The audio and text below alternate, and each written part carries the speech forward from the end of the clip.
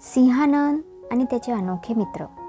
एका दाट जंगलात सिंहानंद नावाचा एक शूर सिंह राहायचा.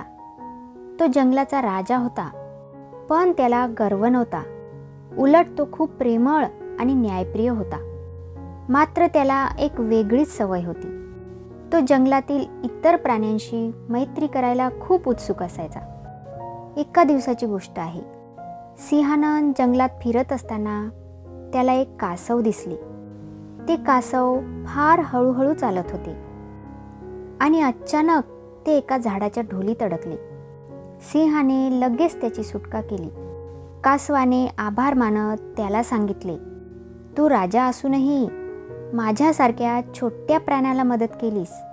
आता आपण मित्र झालो. आणि असेच कासव, उंदीर, माकड आणि एक कोल्हा हे सगळे सिंहानंदचे जवळचे मित्र झाले.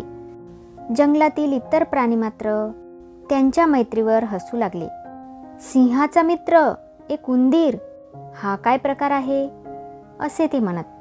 पण सिंहानंद त्यांच्याकडे दुर्लक्ष करायचा.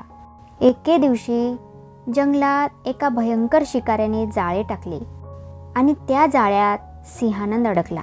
सिंहानंदला पाहून त्याचे मित्र घाबरले, पण त्यांनी माघार घेतली नाही.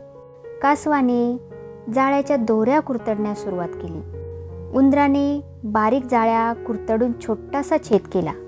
माकडाने शिकाऱ्याचे लक्ष वेधून घेतले आणि त्याला दुसऱ्या दिशेला पळवले.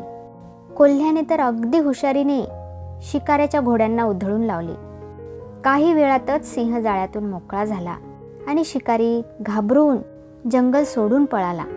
त्या दिवसानंतर जंगलातील सर्व प्राण्यांनी मान्य केले की खरी शक्ती फक्त ताकदीत नसते, तर मैत्री आणि चतुराईत असते. सिंहानंद आणि त्याच्या मित्रांची ही अनोखी गोष्ट जंगलभर प्रसिद्ध झाली आणि सगळे प्राणी एकमेकांशी मैत्रीने वागू लागले. यावरून आपल्याला शिकवण मिळते, मैत्री कुठल्याही रूपात असू शकते.